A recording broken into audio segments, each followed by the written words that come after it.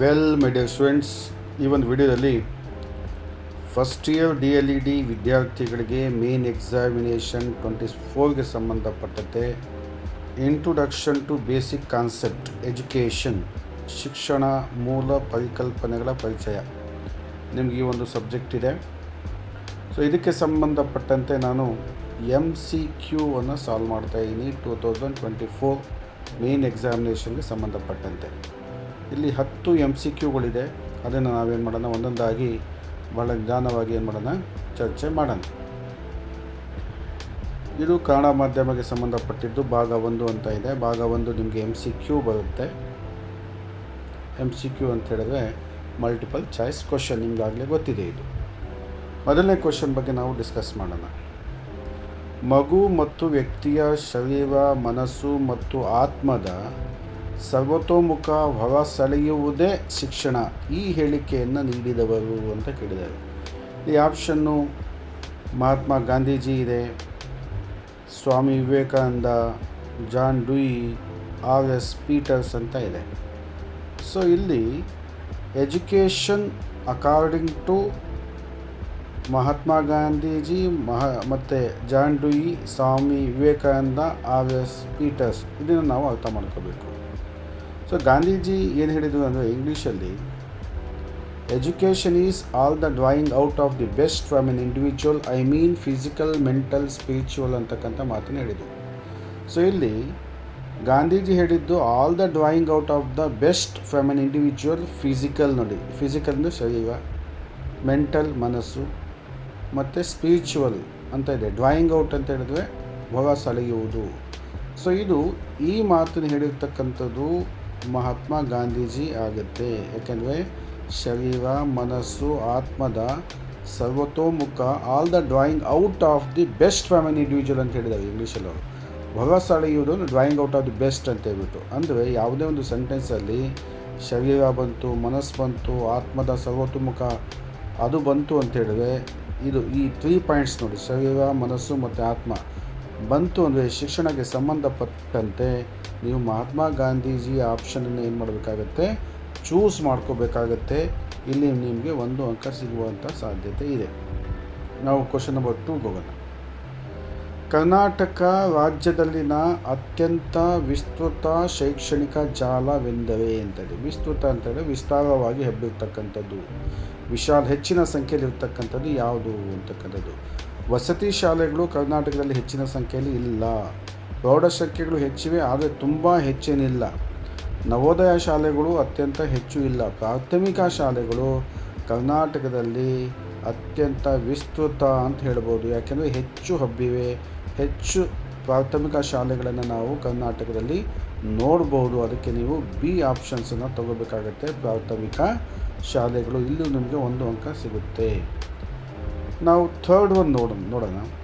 ಅನೌಪಚಾರಿಕ ಸಾಮಾಜಿಕ ಸಂಸ್ಥೆಗೆ ಉದಾಹರಣೆ. ಇಲ್ಲಿ ನೀವು ಅನೌಪಚಾರಿಕ, ಔಪಚಾರಿಕ ಅರ್ಥ ಮಾಡ್ಕೋಬೇಕು. ಔಪಚಾರಿಕ ಅಂದರೆ ಅಫಿಷಿಯಲ್ ಅಂತ ಹೇಳ್ತೀವಿ, ಅನೌಪಚಾರಿಕ ಅಂತ ಹೇಳಿ ಅನ್ಅಫಿಷಿಯಲ್ ಅಂತ ಹೇಳ್ತೀವಿ.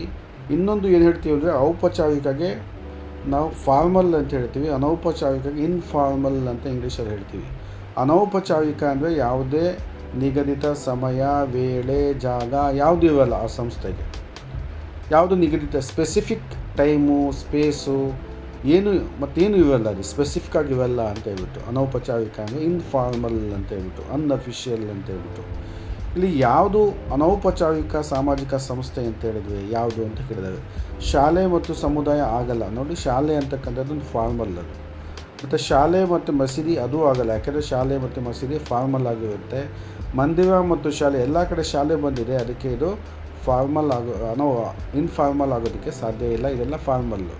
ಈ ಕುಟುಂಬ ಮತ್ತು ಸಮುದಾಯ ಅಂತ ಏನಿದೆ ಅದು ಇನ್ಫಾರ್ಮಲ್, ಅದು ಅನೌಪಚಾರಿಕ ಸಾಮಾಜಿಕ ಸಂಸ್ಥೆ.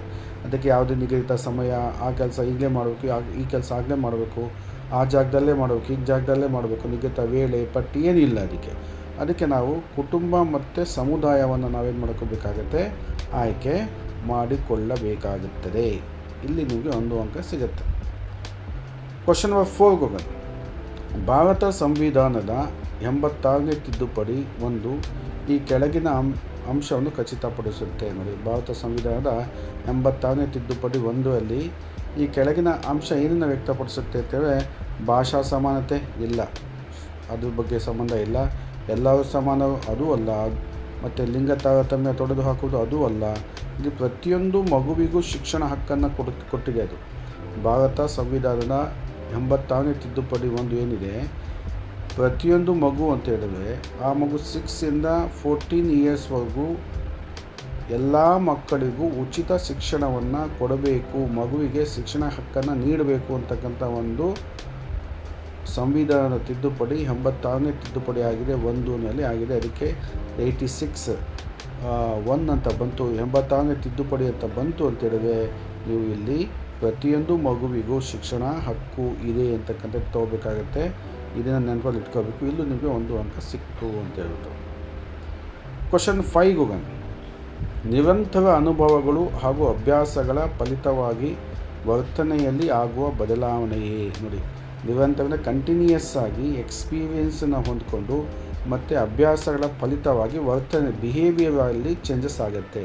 ನಿರಂತರ ಅನುಭವಗಳಾಗುತ್ತೆ, ಅಭ್ಯಾಸಗಳ ಫಲಿತವಾಗಿ ವರ್ತನೆಯಲ್ಲಿ ನೋಡಿ, ವರ್ತನೆಯಲ್ಲಿ ಏನಾದರೂ ಬದಲಾವಣೆ ಆಯಿತು, ಅನುಭವಗಳ ಮೂಲಕ ಅಭ್ಯಾಸಗಳ ಮೂಲಕ ವರ್ತನೆಯಲ್ಲಿ ಆಗುವ ಬದಲಾವಣೆಯನ್ನು ನಾವು ಪ್ರಕ್ರಿಯೆ ಅಂತ ಹೇಳಲ್ಲ, ವಿಕಾಸ ಅಂತಲೂ ಹೇಳಲ್ಲ, ಉತ್ಪನ್ನ ಅಲ್ವೇ ಅಲ್ಲ ಅದು. ಅದನ್ನು ನಾವು ಕಲಿಕೆ ಅಂತ ಹೇಳ್ತೀವಿ, ಲರ್ನಿಂಗ್. ಬಿ ಆಪ್ಷನ್ನ ನೀವು ಚೂಸ್ ಮಾಡ್ಕೋಬೇಕು. ಕಲಿಕೆ, ನಿರಂತರ ಅನುಭವ, ಅಭ್ಯಾಸಗಳ ಫಲಿತ ಮತ್ತು ವರ್ತನೆಯಲ್ಲಿ ಆಗುವ ಬದಲಾವಣೆ ಅಂತೇಳಿದ್ರೆ ಕಲಿಕೆ. ನಮ್ಮ ವರ್ತನೆಯಲ್ಲಿ ಬದಲಾವಣೆ ಆಯಿತು ನಮ್ಮ ಅನುಭವದ ಮೂಲಕ ಅಂತೇಳಿದ್ರೆ ಅದೇನಾಗುತ್ತೆ, ಅದು ಕಲಿಕೆ ಅಂತ ಅನ್ನಿಸ್ಕೊಳುತ್ತೆ. ಇಲ್ಲಿ ನಿಮಗೆ 1 ಅಂಕ ಲಭ್ಯ ಆಗುತ್ತೆ. ಕ್ವಶನ್ ನಂಬರ್ 6ಗೆ ಹೋಗೋಣ.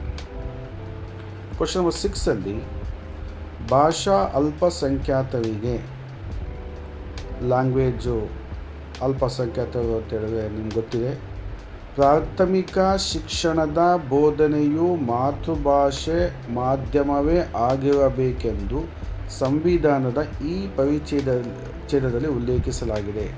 ಭಾಷಾ ಅಲ್ಪಸಂಖ್ಯಾತರು, ಮೈನಾರಿಟೀಸ್, ಲ್ಯಾಂಗ್ವೇಜ್ ಮೈನಾರಿಟೀಸ್ ಅಂತ ಹೇಳ್ತೀವಿ. ಅಂತೂ ಪ್ರಾಥಮಿಕ ಶಿಕ್ಷಣ ಬೋಧನೆ, ಪ್ರಾಥಮಿಕ ಶಿಕ್ಷಣ ಟೀಚಿಂಗ್ ಏನಿದೆ ಮಾತೃಭಾಷೆನಲ್ಲೇ ಆಗಿರಬೇಕು ಅಂತ ಹೇಳ್ಬಿಟ್ಟು ಯಾವ ಸಂವಿಧಾನದ ಪರಿಚ್ಛೇದದಲ್ಲಿ ಉಲ್ಲೇಖಿಸಲಾಗಿದೆ ಅಂತೇಳಿದ್ರೆ 350A ಈ ಒಂದು ಪರಿಚ್ಛೇದದಲ್ಲಿ ಅದನ್ನು ಉಲ್ಲೇಖ ಮಾಡಲಾಗಿದೆ. ಇದನ್ನು ನೀವು ಆಯ್ಕೆ ಮಾಡಿಕೊಳ್ಳಿ. 350ನಲ್ಲಿ ಭಾಷಾ ಅಲ್ಪಸಂಖ್ಯಾತರಿಗೆ ಪ್ರಾಥಮಿಕ ಶಿಕ್ಷಣದ ಬೋಧನೆ ಮಾತೃಭಾಷೆನಲ್ಲೇ, ಆ ಅಲ್ಪಸಂಖ್ಯಾತರ ಮಾತೃಭಾಷೆಯಲ್ಲೇ ಕೊಡಬೇಕು ಅಂತಕ್ಕಂಥದ್ದು ಸಂವಿಧಾನ ಪರಿಚ್ಛೇದದಲ್ಲಿ 350Aನಲ್ಲಿ ಅದನ್ನು ಹೇಳಲಾಗಿದೆ. ಇದನ್ನು ನೀವು ಉತ್ತರವಾಗಿ ತೊಗೋಬೋದು. ಇಲ್ಲಿ 1 ಅಂಕ ನಿಮಗೆ ಸಿಗುತ್ತೆ. ನೆಕ್ಸ್ಟು ಕ್ವಶನ್ ನಂಬರ್ 7ಗೆ ಹೋಗೋಣ. ಕರ್ನಾಟಕ ಶಾಲಾ ಗುಣಮಟ್ಟ ಮೌಲ್ಯಾಂಕನ ಮತ್ತು ಅಂಗೀಕರಣ ಪರಿಷತ್ತು, ಇದು ಇನ್ನು ಇಂಗ್ಲೀಷಲ್ಲಿ KSQAAC ಅಂತ ಹೇಳ್ತೀವಿ. ಈ ಸ್ಥಾಪನೆಯ ಮುಖ್ಯ ಉದ್ದೇಶ ಏನು ಅಂತಕ್ಕಂಥದ್ದು 1, 2 ಅಂತ ಇದೆ. 1 ಏನಿದೆ, ಸಾರ್ವತ್ರಿಕ ದಾಖಲೆಯನ್ನು ಸಾಧಿಸುವುದು. 2 ಇದೆ, ಕಲಿಕಾ ಗುಣಮಟ್ಟವನ್ನು ಹೆಚ್ಚಿಸುವುದು ಅಂತ ಇದೆ. ಇದರಲ್ಲಿ 1 ಸರಿ 2 ತಪ್ಪು, 1 ಮತ್ತು 2 ಸರಿ, 1 ತಪ್ಪು 2 ಸರಿ, 1 ಮತ್ತು 2 ತಪ್ಪು ಅನ್ನೋದಿದೆ. ಸೊ ಇಲ್ಲಿ ನಾವು ನೋಡೋಣ, ಈ ಕರ್ನಾಟಕ ಶಾಲಾ ಗುಣಮಟ್ಟ ಮೌಲ್ಯಾಂಕನ ಮತ್ತು ಅಂಗೀಕರಣ ಪರಿಷತ್ತೇನಿದೆ KSQAAC, ಇದರ ಸ್ಥಾಪನೆಯ ಮುಖ್ಯ ಉದ್ದೇಶ ಸಾರ್ವತ್ರಿಕ ದಾಖಲೆಯನ್ನು ಸಾಧಿಸುವುದು ಅಲ್ಲ. ಇದು ತಪ್ಪು. ಇದು ತಪ್ಪಾಗುತ್ತೆ. ಇದು ಕಲಿಕಾ ಗುಣಮಟ್ಟವನ್ನು ಹೆಚ್ಚಿಸುವುದು ಆಗುತ್ತೆ. ಏನು ಹೆಚ್ಚಿಸುವುದು? ಕಲಿಕಾ ಗುಣಮಟ್ಟ. ನೋಡಿ, ಶಾಲಾ ಗುಣಮಟ್ಟ ಮೌಲ್ಯಾಂಕನ ಅಂಗೀಕರಣ ಇಲ್ಲೇ ಬಂದಿದೆ, ಗುಣಮಟ್ಟ ಅಂತ. ಕಲಿಕಾ ಗುಣಮಟ್ಟ ಇಲ್ಲಿ ಬಂದು ಗುಣಮಟ್ಟ ಇದೆ. ಈ ಗುಣಮಟ್ಟ ಅಂದರೆ ಕಲಿಕಾ ಗುಣಮಟ್ಟವನ್ನು ಹೆಚ್ಚಿಸುವುದು ಅಂದರೆ ಮೊದಲನೇದು ತಪ್ಪು, ಸೆಕೆಂಡು ಸರಿ ಅಂತ. ಯಾವ ಆಪ್ಷನಲ್ಲಿದೆ? ಬಿನಲ್ಲಿದೆ ನೋಡಿ. ಬಿ 1 ತಪ್ಪು, ಇದು ತಪ್ಪು ಇದೆ. 2ನೇ ಸರಿ ಇದೆ. ನಾವು ಯಾವ ಆಪ್ಷನ್ ಯಾವ್ದು ತೊಗೋಬೇಕು? ಬಿ ತೊಗೋಬೇಕು. ಮೊದಲನೇದು ತಪ್ಪು, 2ನೇದು ಸರಿ. ಈ ಒಂದು ಆಪ್ಷನ್ನ ಚೂಸ್ ಮಾಡಿಕೊಂಡು ನಿಮಗೆ ಎಷ್ಟು ಅಂಕ ಸಿಗುತ್ತೆ? 1 ಅಂಕ ನಿಮಗೆ ಸಿಗುತ್ತೆ. ಕ್ವಶನ್ ನಂಬರ್ 8ಗೆ ಹೋಗೋಣ. ಸಾಂಪ್ರದಾಯಿಕ ವಿಧಾನವು ಒಳಗೊಂಡಿರುವ ಅಂಶ ಅಂತ ಇದೆ. ಸಾಂಪ್ರದಾಯಿಕ ವಿಧಾನ ಇದರಲ್ಲಿ ವ್ಯಕ್ತಿಗತ ಬೋಧನೆ ಇದೆ, ಕೆಲವರಿಗೆ ಮಾತ್ರ ಶಿಕ್ಷಣ ಇದೆ, ಪ್ರತ್ಯೇಕ ಕ್ಷೇತ್ರಗಳಲ್ಲಿ ಕಲಿಕೆ ಇದೆ, ವಿಷಯಾಧಾರಿತ ಬೋಧನೆಗೆ ಒತ್ತು ನೀಡುವಿಕೆ ಇದೆ. ಸಾಂಪ್ರದಾಯಿಕ ಅಂದರೆ ನಾವು ಮೊದಲಿಂದನೂ ಒಂದು ಬೋಧನಾ ವಿಧಾನ ಇತ್ತು ನಮಗೆ, ಟ್ರೆಡಿಷ್ನಲ್ ಟೀಚಿಂಗ್ ಮೆಥಡ್ ಅಂತ ಹೇಳಿದ್ವಿ. ಅಂದರೆ ಒಳಗೊಂಡಿರದ ಅಂಶ ಇದು. ಇದು ಒಳಗೊಂಡಿರದ ನೋಡಿ, ಒಳಗೊಂಡಿರದ ಇದು ಬಹಳ ಇಲ್ಲಿ ನೀವು ಒತ್ತನ್ನು ಕೊಡಬೇಕು. ಯಾವ ಅಂಶ ಒಳಗೊಂಡಿಲ್ಲ ಅಂತ ಹೇಳ್ಬಿಟ್ಟು. ಸಾಂಪ್ರದಾಯಿಕ ವಿಧಾನವು ಒಳಗೊಂಡಿರದ ಅಂದರೆ ಒಳಗೊಳ್ಳುವ ಅಲ್ಲ, ಒಳಗೊಂಡಿರದ ಇಲ್ಲದಲೇ ಇರ್ತಕ್ಕಂಥ ಅಂತ, ಇಲ್ಲದೆ ಇರುವ ಅಂತ ಅಂದ್ಕೊಳ್ಳಿ. ಒಳಗೊಂಡಿರದ ಅಂತ ಇದೆ. ಇದನ್ನು ನೀವು ಟೆನ್ಷನಲ್ಲಿ ಒಳಗೊಂಡಿರುವ ಅಂತ ನಾವು ಓದಬಾರ್ದು, ಒಳಗೊಂಡಿರದ ಅಂತ ನಾವು ನೋಡ್ಕೋಬೇಕು ಆಗುತ್ತೆ. ಯಾಕೆಂದರೆ ಕ್ವಶನ್ಸನ್ನು ಅರ್ಥ ಮಾಡಿಕೊಂಡ್ರೆ ಮಾತ್ರ ನಮಗೆ ಆಪ್ಷನ್ಸನ್ನು ಚೂಸ್ ಮಾಡೋದಕ್ಕೆ ಸಾಧ್ಯ ಆಗುತ್ತೆ. ಸಾಂಪ್ರದಾಯಿಕ ವಿಧಾನವು ಒಳಗೊಂಡಿರದ ಅಂದರೆ ಇಲ್ಲದಲೇ ಇರ್ತಕ್ಕಂಥ ಅಂಶ ಯಾವುದು ಅಂತ ಹೇಳಿದ್ರೆ ವ್ಯಕ್ತಿಗತ ಬೋಧನೆ. ಯಾಕೆ ವ್ಯಕ್ತಿಗತ ಬೋಧನೆ? ಸಾಂಪ್ರದಾಯಿಕ ವಿಧಾನ ಏನನ್ನು ಒಳಗೊಂಡಿತ್ತು ಅಂದರೆ ಟೀಚರ್ ಸೆಂಟರ್ಡ್ ಇದು ಆ್ಯಕ್ಟಿವಿಟಿ ಇತ್ತು, ಟೀಚರ್ ಸೆಂಟರ್ಡ್ ವಿಧಾನ ಇತ್ತು ಅಂತೇಳಿ. ಶಿಕ್ಷಕ ಕೇಂದ್ರಿತ ವಿಧಾನ ಇತ್ತು, ಟೀಚರ್ ಸೆಂಟರ್ಡ್ ಇತ್ತು, ವ್ಯಕ್ತಿಗತ ಬೋಧನೆ ಇರಲಿಲ್ಲ. ಸಾಂಪ್ರದಾಯಿಕ ವಿಧಾನದಲ್ಲಿ ವ್ಯಕ್ತಿಗತ ಬೋಧನೆ ಇರಲಿಲ್ಲ. ಅದಕ್ಕೆ ನಾವೇನಾಗಬೇಕು? ಆಪ್ಷನ್ ಎ ಅನ್ನು ಹಾಕಬೇಕು. ಒಳಗೊಂಡಿರದ ಅಂತ ಇದೆ. ಗೊಂಡಿರದ ಅಂದರೆ ಇಲ್ಲದಲೇ ಇರ್ತಕ್ಕಂಥ ಅಂತ ಹೇಳ್ಬಿಟ್ಟು ಇಷ್ಟು ಇದು ಯಾಕೆಂದರೆ ಮೊದಲನೇ ಸೆಂಟೆನ್ಸನ್ನು ನೀವು ಒಳಗೊಂಡಿರುವ ಅಂತ ಅಂದ್ಕೊಂಡ್ಬಿಟ್ರೆ ತಪ್ಪಾಗ್ಬಿಡುತ್ತೆ. ಅದಕ್ಕೆ ನೀವು ಇದನ್ನು ಈ ಒಂದು ಸೆಂಟೆನ್ಸನ್ನು ಚೆನ್ನಾಗಿ ಓದ್ಕೋಬೇಕಾಗತ್ತೆ. ಕೆಲವು ಸತಿ ನಮಗೆ ಆ ಪ್ರಶ್ನೆಗಳು ಕನ್ಫ್ಯೂಸ್ ಮಾಡುತ್ತೆ. ನಾವು ಒಳಗೊಂಡಿರುವ ಅಂತ ಅಂದ್ಕೊಂಡ್ಬಿಡ್ತೀವಿ, ಅದರಲ್ಲಿ ಒಳಗೊಂಡಿರದ ಅಂತ ಇರುತ್ತೆ. ಸೊ ಔಟ್ಸೈಡ್ ಬಂದಾಗ ಏನಾಗುತ್ತೆ, ನಾವು ತಪ್ಪಾಗಿ ತಿಳ್ಕೊಂಡಿದ್ವಿ, ತಪ್ಪಾಗಿ ಹಾಕಿದ್ವಿ ಅಂತ ಅನಿಸುತ್ತೆ. ಅದಕ್ಕೆ ಪ್ರಶ್ನೆಯನ್ನು ಸ್ವಲ್ಪ ನೀಟಾಗಿ ಅರ್ಥ ಮಾಡ್ಕೋಬೇಕಾಗತ್ತೆ. ಕ್ವಶನ್ ನಂಬರ್ 9ಗೆ ಹೋಗೋಣ. ವಿದ್ಯಾರ್ಥಿಗಳ ತಿಳುವಳಿಕೆಯನ್ನು ವಿಸ್ತೃತಗೊಳಿಸಲು ಕೌಶಲ್ಯಗಳು ಹಾಗೂ ವರ್ತನೆಗಳನ್ನು ಅಭ್ಯಸಿಸಲು ಅವಕಾಶ ನೀಡುವ 5 ಮಾದರಿಯ ಹಂತ. 5 ಅಂತಕ್ಕಂಥದ್ದು ನಿಮಗೆ ಈಗಾಗಲೇ ಗೊತ್ತಿದೆ. ಇಂಗ್ಲೀಷಲ್ಲಿ ಅದನ್ನು ಎಂಗೇಜ್ ಅಂತ ಹೇಳ್ತೀವಿ. ಎಂಗೇಜ್ ಮೊದಲನೇದು ಏನಾಗುತ್ತೆ, ಎಂಗೇಜು. ಆಮೇಲೆ ಸೆಕೆಂಡ್ ಒನ್ನು ಎಕ್ಸ್ಪ್ಲೈನು, ಎಕ್ಸ್ಪ್ಲೋರು, ಮತ್ತು ಎಕ್ಸ್ಪ್ಯಾಂಡು,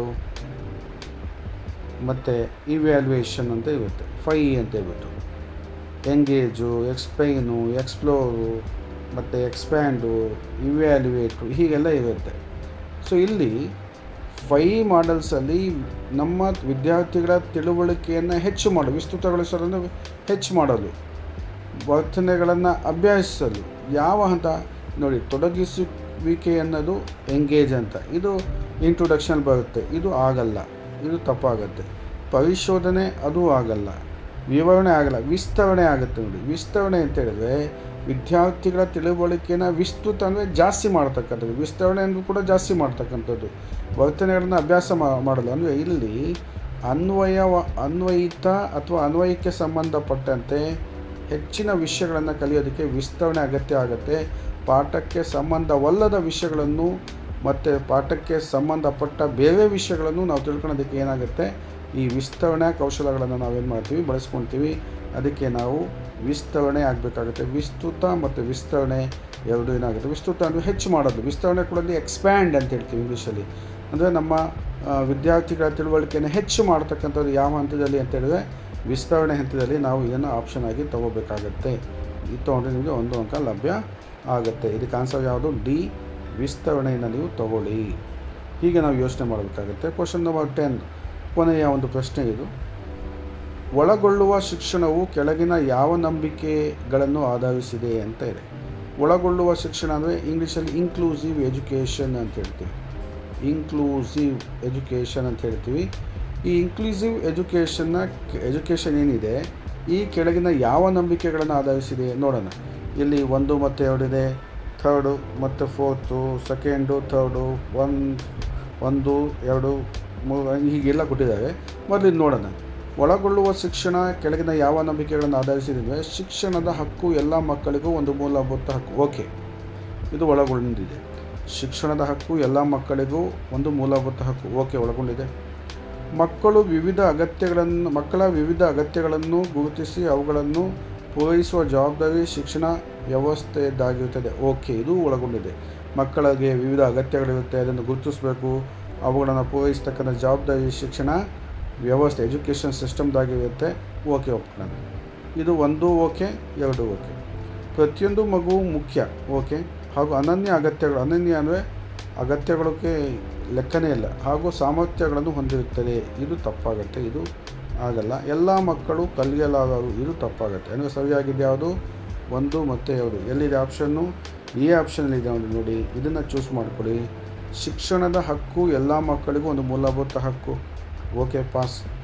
ಮಕ್ಕಳು ವಿವಿಧ ಅಗತ್ಯಗಳನ್ನು ಗುರುತಿಸಿ ಅವುಗಳನ್ನು ಪೂರೈಸುವ ಜವಾಬ್ದಾರಿ ಶಿಕ್ಷಣ ವ್ಯವಸ್ಥೆಯದಾಗಿರುತ್ತದೆ. ಅದು ಪಾಸ್. ಅಂದರೆ 1 ಮತ್ತು 2 ಇದು ಥರ್ಡು ಮತ್ತು ಫೋರ್ತು ತಪ್ಪಾಗಿದೆ. ಅದಕ್ಕೆ ಆನ್ಸರ್ ಯಾವಾಗುತ್ತೆ? 1 ಮತ್ತು 2 ಆಗುತ್ತೆ. ಇದನ್ನು ನೀವು ಚೂಸ್ ಮಾಡ್ಕೋಬೇಕಾಗತ್ತೆ. ಇದಕ್ಕೆ ನಿಮಗೆ 1 ಅಂಕ ಸಿಗುತ್ತೆ.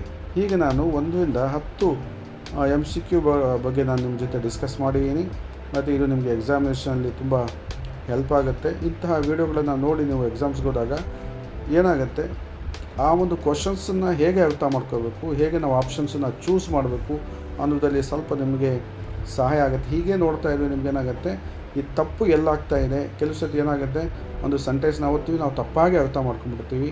ಆ ಒಂದು ಕ್ವಶನ್ಸನ್ನೇ ತಪ್ಪಾಗಿ ಅರ್ಥ ಮಾಡ್ಕೊಂಡಾಗ ಆಪ್ಷನ್ನು ಕೂಡ ಏನು ಮಾಡ್ತೀವಿ, ತಪ್ಪಾಗಿ ನಾವು ಆಯ್ಕೆ ಮಾಡಿಬಿಡ್ತೀವಿ. ಅದಕ್ಕೋಸ್ಕರ ಇಂಥ ವೀಡಿಯೋಗಳನ್ನು ನೀವು ವಾಚ್ ಮಾಡೋದ್ರಿಂದ ನಿಮಗೇನಾಗುತ್ತೆ, ತುಂಬ ಬೆನಿಫಿಟ್ ಆಗುತ್ತೆ, ಹೆಚ್ಚು ಅಂಕಗಳು ಲಭ್ಯ ಆಗುತ್ತೆ ಮತ್ತು ಎಕ್ಸಾಮ್ಸಲ್ಲಿ ಅತಿ ಹೆಚ್ಚು ಅಂಕಗಳಿಂದ ಪಾಸ್ ಆಗೋದಕ್ಕೆ ಸಹಾಯ ಆಗುತ್ತೆ ಅಂತ ಹೇಳಿ ನನ್ನ ವೀಡಿಯೋನ ಇಲ್ಲಿ ನಾನು ಮುಗಿಸ್ತಾ ಇದ್ದೀನಿ. ಮತ್ತು ಇದನ್ನು ಈ ಒಂದು ಚಾನಲ್ನ ಸಬ್ಸ್ಕ್ರೈಬ್ ಮಾಡಿಕೊಂಡು ಬೇರೆ ವಿದ್ಯಾರ್ಥಿಗಳಿಗೂ ಕೂಡ ಇದನ್ನು ಶೇರ್ ಮಾಡಿ ಅಂತ ಹೇಳಿ ನನ್ನ ವೀಡಿಯೋನ ಮುಗಿಸ್ತಾ ಇದ್ದೀನಿ. ಧನ್ಯವಾದ.